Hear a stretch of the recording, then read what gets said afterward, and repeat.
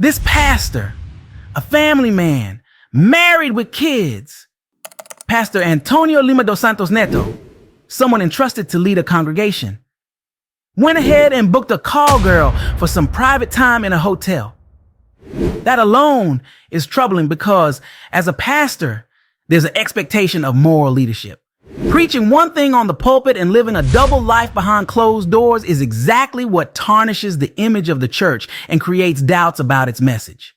So they got to the hotel room, and after spending about 30 minutes in the hotel room, Pastor realized the person he'd hired wasn't who he thought she was. Turns out she was a tea woman. That's when things started going south. An argument broke out, and according to reports, it got physical. The pastor allegedly claimed he wanted to stop all activities once he made the discovery, but the tea woman got offended and instead demanded additional money. Tragically, the pastor ended up choking her, and she lost her life. A devastating and absolutely unnecessary outcome. But here's where things took another twist. Later, he realized he'd left his phone in the hotel room. Imagine the fear running through his mind. That phone wasn't just a device. It likely held all the evidence of the encounter. Texts, calls, or other arrangements. So despite the risk, he went back to retrieve it. This decision is telling.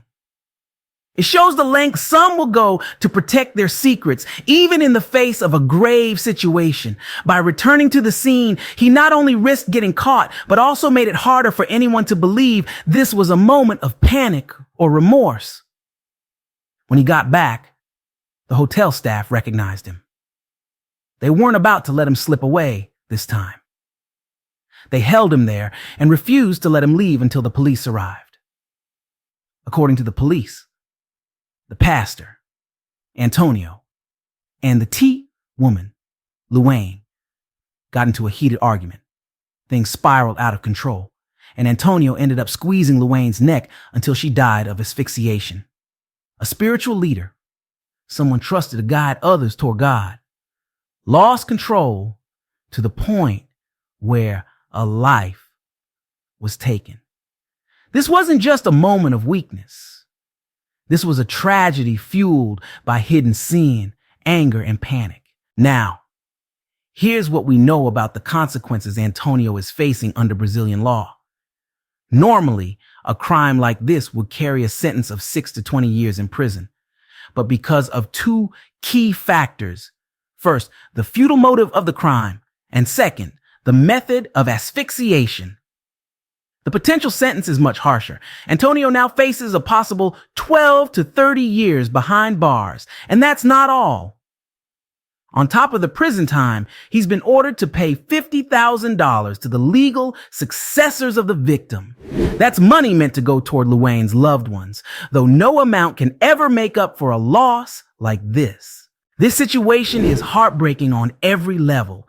Luane lost her life, her family lost a loved one, and Antonio lost his freedom, his reputation, and most importantly, his witness as a pastor. For what? A futile motive, hidden sin, a double life that caught up with him in the most devastating way possible. The Bible is clear about this. The wages of sin is death. Romans 6:23. Sin doesn't just hurt us, it destroys everything in its path.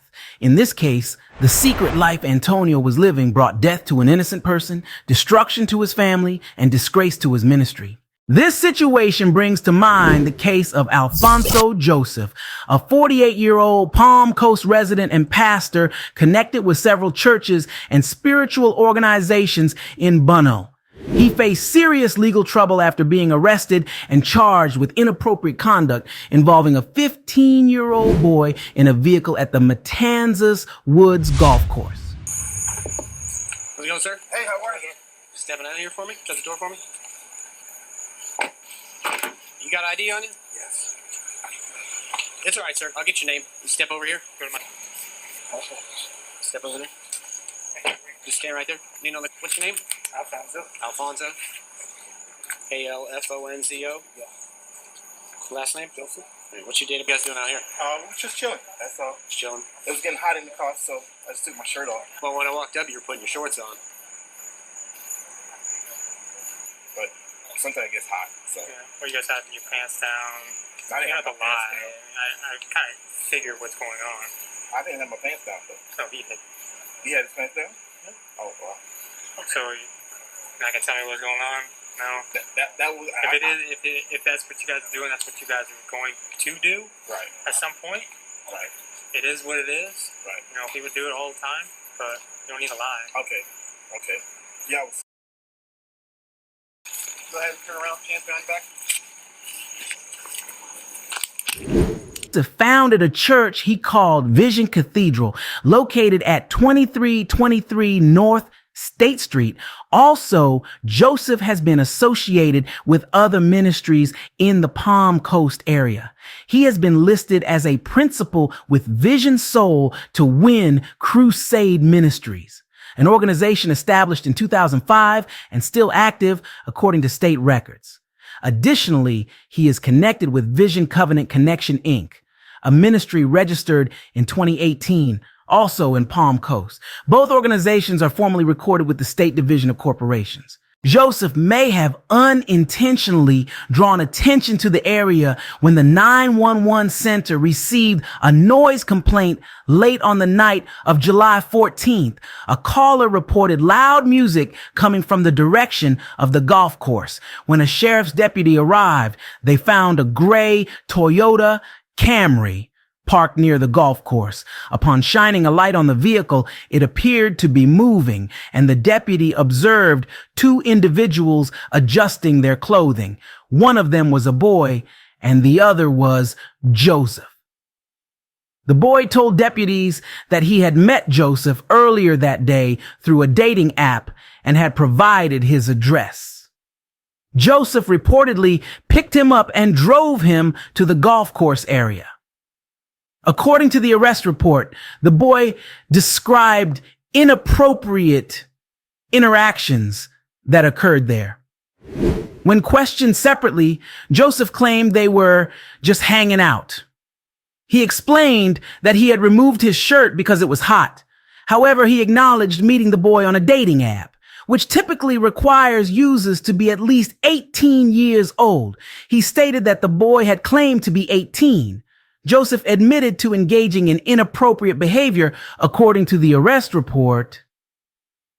This led to charges of unlawful activity with a minor, which is considered a second-degree felony. Not everyone who claims to speak for God is truly living for him. We see pastors who preach holiness on Sundays, but live in sin behind closed doors. Some of these secret lives are being exposed in dramatic and tragic ways, leaving a trail of broken families, hurt congregations, and disillusioned believers. It's a painful reminder that titles and positions don't exempt anyone from accountability. But here's the thing, God will not be mocked. Galatians 6:7 says, do not be deceived. God is not mocked. A man reaps what he sows. Those who use the pulpit to deceive or take advantage of their position will face the consequences. We've seen it time and time again. God exposes what's done in darkness.